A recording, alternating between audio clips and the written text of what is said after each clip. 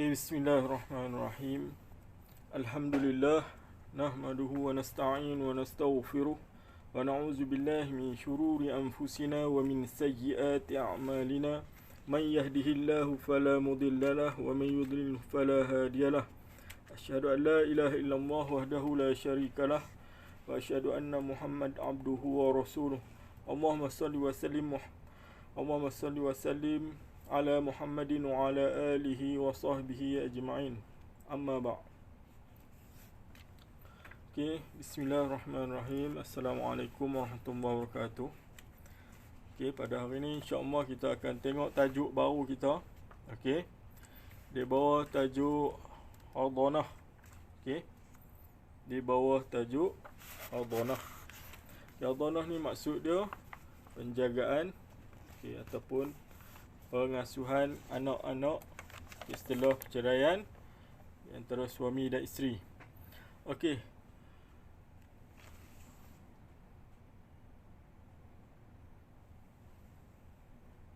Okey, bawah tajuk okey, Hadanah.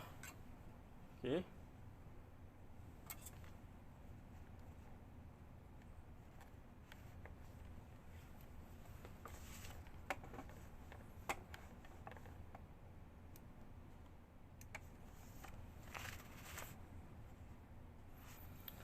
Okey, kita tengok nota kita. Okey. Pendahuluan, Hadanah adalah merupakan penjagaan dan pendidikan kanak-kanak yang masih kecil dalam semua hal kehidupan sehinggalah kanak-kanak tersebut mencapai umur yang tertentu. Okey, jadi Hadanah ni adalah penjagaan pendidikan kanak-kanak yang masih kecil dalam semua hal kehidupan sehinggalah kanak-kanak tersebut mencapai umur tertentu. Walau bagaimanapun, orang yang berhak menjaganya juga merupakan orang-orang yang bertanggungjawab ke atas kanak-kanak tersebut, sama ada daripada keluarga ataupun daripada mahramnya. Okey, itu tentang hak penjagaan kanak-kanak. Okey. Okey. Dan seterusnya kita tengok apakah maksud definisi daripada segi bahasa. Okey, apakah maksud definisi daripada segi bahasa? Okay, pada segi bahasa ialah di samping iaitu himpunan. Okey, himpun di samping sisi. Di sisi juga membawa maksud tepi ataupun di sisi.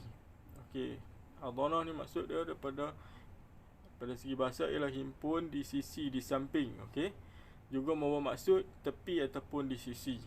Okey, itu maksud Hadanah. Okey, dan yang seterusnya daripada segi istilah. Okay, daripada segi istilah ialah bermaksud pemeliharaan kanak-kanak yang masih kecil, sama ada lelaki atau perempuan, ataupun kanak-kanak yang tidak memayis. Okay, sesudah berlaku perceraian di antara kedua ibu bapa. Okay, kanak-kanak yang masih memayis. Okay, kanak-kanak yang tidak memayis. Okay, itu bermaksud pemeliharaan kanak-kanak yang masih kecil, sama ada lelaki atau perempuan, atau kanak-kanak yang tidak memayis. Okey, kanak-kanak yang tak boleh berfikir lagi. Okey, jadi kalau tidak memayis ni, okey, kanak-kanak yang belum memayis. Okey, tidak boleh berfikir lagi lah. Okey, sesudah berlaku perceraian di antara kedua ibu bapa mereka. Okey, itu maksud dia daripada segi bahasa dan juga istilah. Okey, dan seterusnya. Okey, hukum Hadanah. Okey, apakah hukum Hadanah? Okey, hukum Hadanah adalah wajib. Okey, hukum Hadanah adalah wajib. Okey, sebagaimana firman Allah Subhanahu Wa Taala dalam surah Al-Baqarah. Okey, ayat 233. Okay. Dalam surah Al-Baqarah ayat 233. Okay, Allah Subhanahu Wa Taala berfirman dalam surah Al-Baqarah ayat 233. Okay, sebagaimana firman Allah Subhanahu Wa Taala, A'udzubillahi minasyaitonir rajim. Bismillahirrahmanirrahim. Wal walidatu yurdi'na auladahunna حولين كاملين لمن أراد أن يتم رضاعه وعلى المولود له رزقهن وكسوتهن بالمعروف لا تكلف نفس إلا وسعها لا تضار والدة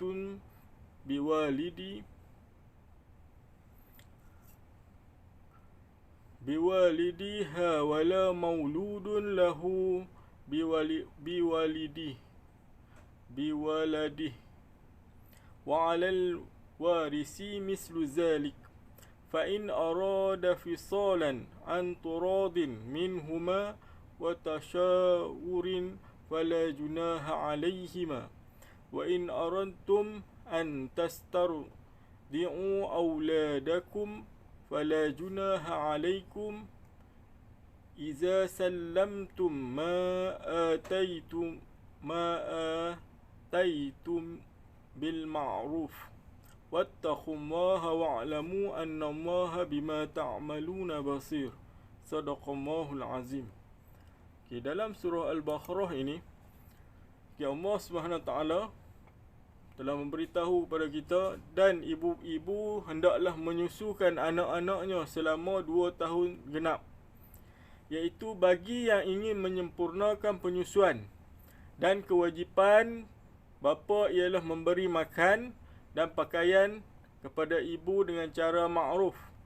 Tidaklah dibebani seseorang melainkan menurut kemampuannya. Janganlah menjadikan seseorang ibu itu menderita kerana anaknya, dan seorang ayah kerana anaknya. Dan waris juga menanggung kewajipan yang tersebut jika si bapa tiada, apabila keduanya ingin menjaga sebelum 2 tahun dengan kerelaan keduanya dan pemusyawaratan, maka tidak ada dosa atas keduanya. Dan jika kamu ingin anakmu disusukan oleh orang lain, maka tidak ada dosa bagimu. Dan apabila kamu memberikan pembayaran menurut yang patut, bertakwalah kamu kepada Allah, dan ketahuilah bahawa Allah Maha melihat apa yang kamu kerjakan. Sadaqallahul azim. Sebagaimana dalam surah Al-Baqarah ayat 233, Allah SWT telah bagi tahu kepada kita, telah memberitahu kepada kita tentang penjagaan anak oleh kedua ibu bapa. Dan juga syarat menyusuan kepada anak mestilah 2 tahun genap. Itu lebih kurang maksud daripada ayat dalam surah Al-Baqarah ayat 233. Seterusnya kita akan melihat kepada penjaga yang lebih berhak dalam hadanah. Kebiasaannya hadanah diberikan kepada perempuan kerana mereka lebih menyayangi kanak-kanak berbanding lelaki. Lebih tepat lagi dikatakan perempuan lebih layak mendidik, lebih sabar dalam melaksanakan tugas memelihara kanak-kanak, dan lebih bertimbang rasa. Yang seterusnya, Imam Syafi'i di dalam kitabnya menegaskan, apabila kedua ibu bapa berpisah dan kedua-duanya tinggal sekampung, maka ibu lebih berhak terhadap anaknya selama dia belum berkahwin lain dan ketika anak masih kecil.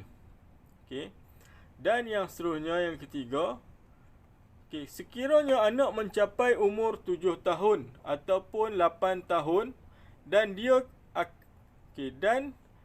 akalnya sempurna, anak itu boleh disuruh membuat pilihan penjagaannya antara ibu bapa ataupun ibunya, dan anak itu hendaklah bersama dengan penjagaan pilihannya. Bila umur anak dah mencapai 7 tahun atau 8 tahun, jadi dia dah mumayyiz, dia boleh buat pilihan lah. Sama ada dia akan memilih ayah ataupun mak yang hendak menjaganya. Dan seterusnya kita lihat syarat-syarat hadanah. Syarat-syarat hadanah. Yang pertama, mestilah berakal. Okey, yang kedua merdeka. Okey, yang ketiga mestilah Islam. Yang keempat baik akhlak. Yang kelima amanah. Okey, dan yang keenam tidak berkahwin dengan lelaki yang lain. Okey, itu syarat-syarat hadanah.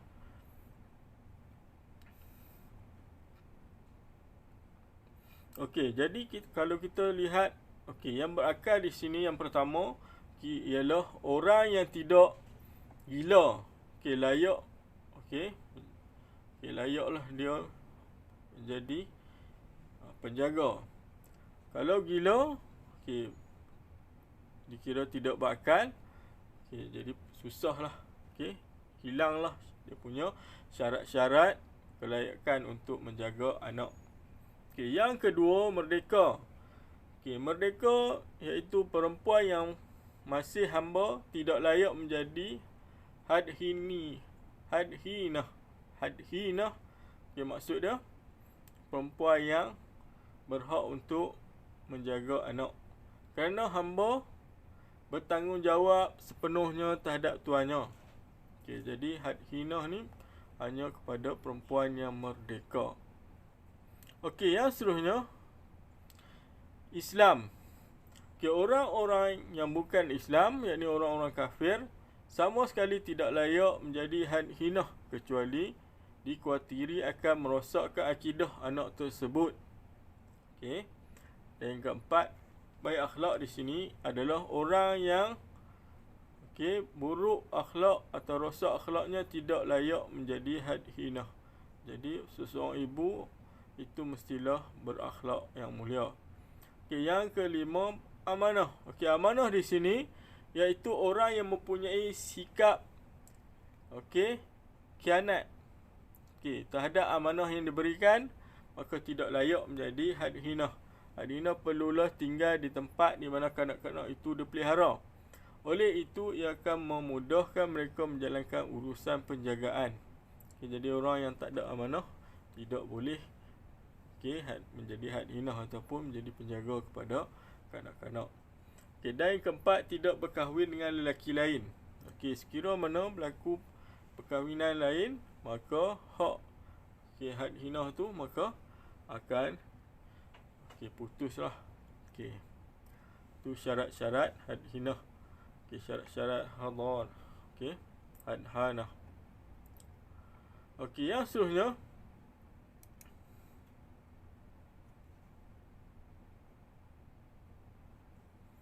yang seterusnya kita akan lihat di sini ialah cara menetapkan syarat penjagaan yang tidak dipenuh. Cara menetapkan syarat penjagaan yang tidak dipenuh. Mestilah yang pertama pengakuan penjaganya iaitu ibunya. Yang kedua bantahan. Yang ketiga keputusan hakim. Pengakuan penjagaan ibunya. Penjaga telah berkahwin lain atau sakit berpanjangan. Jadi kalau pengakuan penjaganya ibunya sakit ataupun telah berkahwin lain, syarat penjagaan tidak dikira sebagai dipenuhi. Yang kedua bantahan. Terdapat dakwaan dan bukti kukuh bahawa penjaga tidak memenuhi syarat penjagaan. Kalau ada sebarang bantahan, sekiranya mana penjaga hadhinah itu tidak memenuhi syarat penjagaan, dapat bantahan daripada bapa, dikira tidak memenuhi syarat yang telah ditetapkan. Yang ketiga keputusan hakim. Yang ketiga keputusan hakim. Sekiranya mana hakim meragui syarat-syarat yang ada pada penjaga berdasarkan penyiasatan dan penetapan hak penjagaan, maka gugurlah hak penjagaan anak tersebut. Iaitu cara menetapkan syarat penjagaan yang tidak dipenuhi oleh seseorang hadhinah. Seterusnya kita lihat kita lihat di situ. Kita boleh ulanglah penjagaan. Cara menetapkan syarat penjagaan tidak dipenuh. Pengakuan penjaganya iaitu ibu, sama ada ibunya sudah kahwin lain ataupun sakit berpanjangan. Yang kedua mendapat bantahan. Terdapat bantahan sama ada daripada pihak bapa yang mendakwa bahawa ibunya tidak memenuhi syarat penjagaan. Jadi boleh buat bantahan lah dan keputusan hakim. Kira hakim membuat penyiasatan, hak penjagaan telah gugur, maka hak had hina ini maka tidak dipenuhi. Jadi hakim boleh menentukan siapa yang bakal menjaga kanak-kanak tersebut. Dan seterusnya, dan berikutnya kita lihat di sini adalah turutan keutamaan orang-orang yang layak terhadap hadhanah. Yang pertama di sini, jika si ibu jika si ibu tidak memenuhi syarat-syarat hadhanah atau kehilangan salah satu syaratnya, ia tidak layak ditugaskan sebagai hadhanah. Dan tugas hadhanah di sini diserahkan kepada ahli waris yang lain menurut urutan keutamaan seperti berikut. Yang pertama, nenek sebelah ibu hingga ke atas peringkatnya. Maksud dia nenek, selepas nenek, dia adalah dah atas pada nenek, kita tak tahu moyang ke apa ke, kan. Yang kedua adalah bapa. Yang kedua adalah bapa. Dan yang ketiga, nenek sebelah bapa hingga ke atas peringkatnya.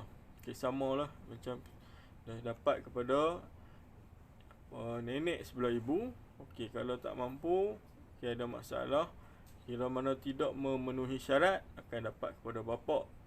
Sekiranya bapa tiada, maka akan dapat pada nenek sebelah bapa.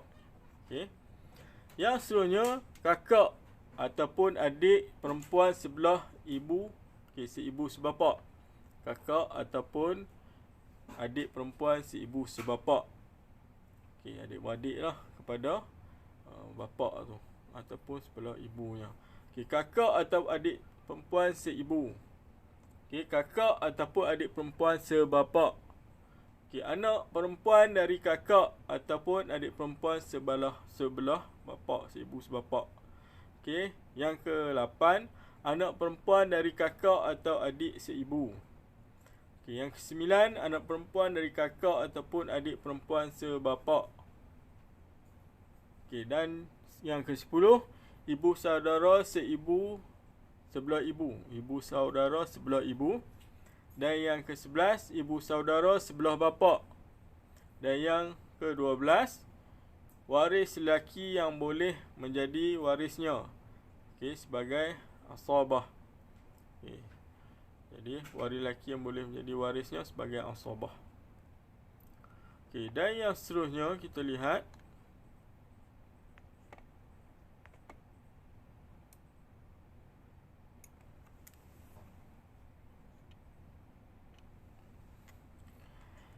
tamatnya tempoh hadhanah. Hadhanah ni akan berakhir apabila kanak-kanak itu tidak lagi memerlukan pengasuh perempuan. Telah mencapai umur memayis dan mampu berdikari, iaitu mampu menguruskan sendiri keperluan asasnya seperti makan sendiri dan mandi sendiri. Oleh itu, tidak ditentukan tempoh tertentu mengenai hadhanah ni. Tidak ditentukan. Dan yang seterusnya,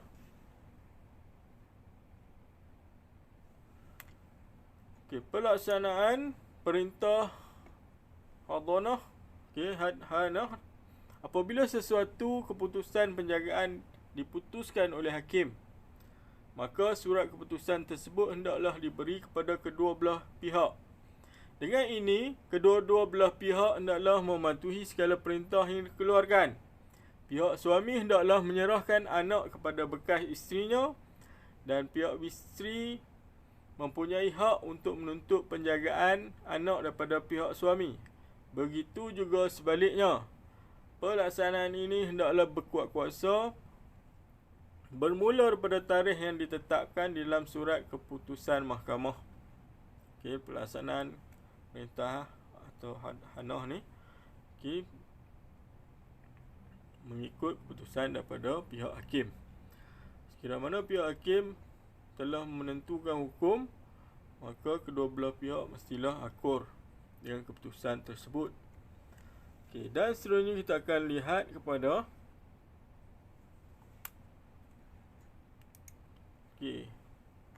hadanah ke atas anak yang tidak sah taraf. Okey, hak hadanah terhadap anak yang tidak sah taraf adalah pada ibu ataupun saudara mara ibu. Jadi kalau anak yang tidak sah taraf, hendaklah diserahkan kepada ibu ataupun ibu saudara mara kepada ibu. Itu pada segi penjagaan anak yang tidak sah taraf. Dan berikutnya hikmah hadanah. Dan berikutnya adalah hikmah hadanah. Menyusun tanggungjawab berkaitan penjagaan dan mendidik kanak-kanak yang masih kecil. Hikmah dia adalah bertujuan untuk menyusun tanggungjawab berkaitan penjagaan dan pendidikan kanak-kanak yang masih kecil. Dan yang kedua, penentuan penjagaan kanak-kanak hendaklah berdasarkan keutamaan agar kepentingan tidak terjejas apabila berlaku pertikaian ataupun perselisihan.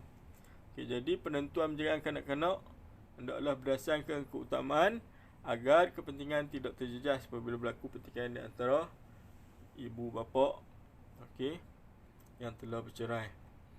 Dan yang seterusnya, kesimpulan yang dapat kita ambil pada hari ini ialah